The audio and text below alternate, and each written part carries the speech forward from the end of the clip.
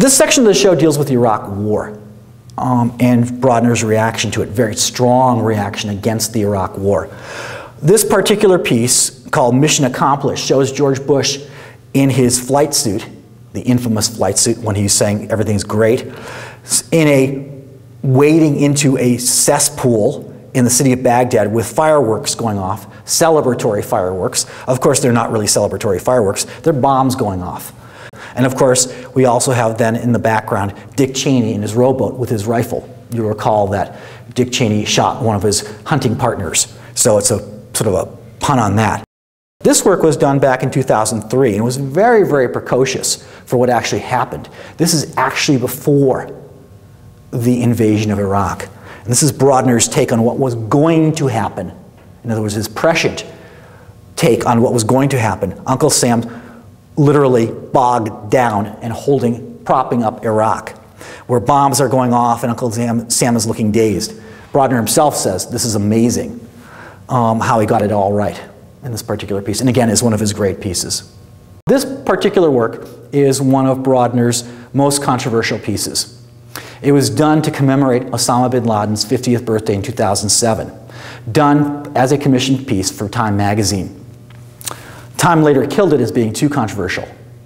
What we have here is Osama bin Laden having his 50th birthday cake and sort of snarkily smirking at us, sarcastically smirking at us with balloons in the background, and his henchmen beating up a George W. Bush piñata, as you can see, and a Cheney pin the tail on the donkey.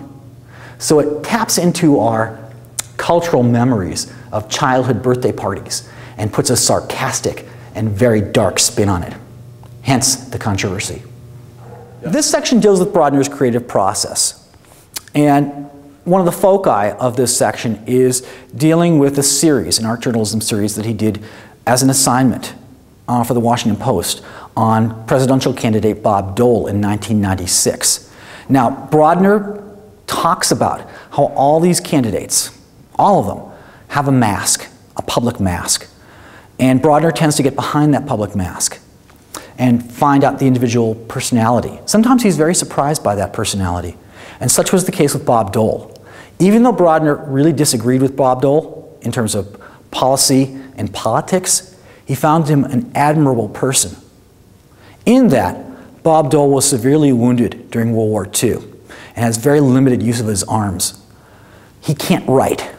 He memorizes everything. And Brodner learned that firsthand when he asked Bob Dole for an interview. And Bob Dole said, well, your deadline isn't coming up for a couple of months yet. We can wait on that.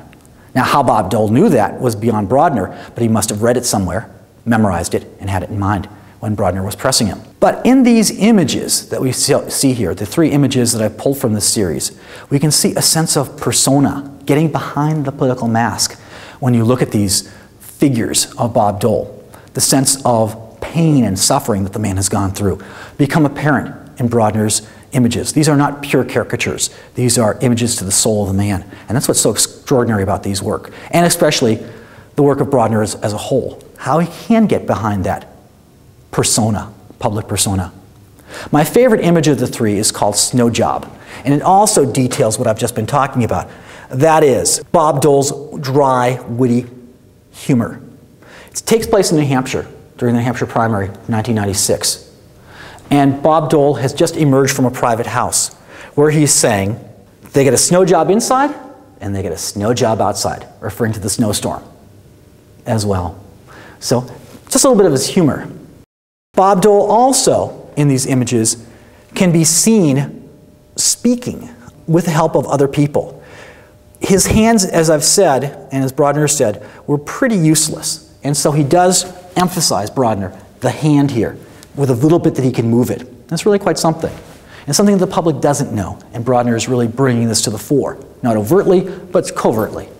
Very, very interesting representation of Bob Dole.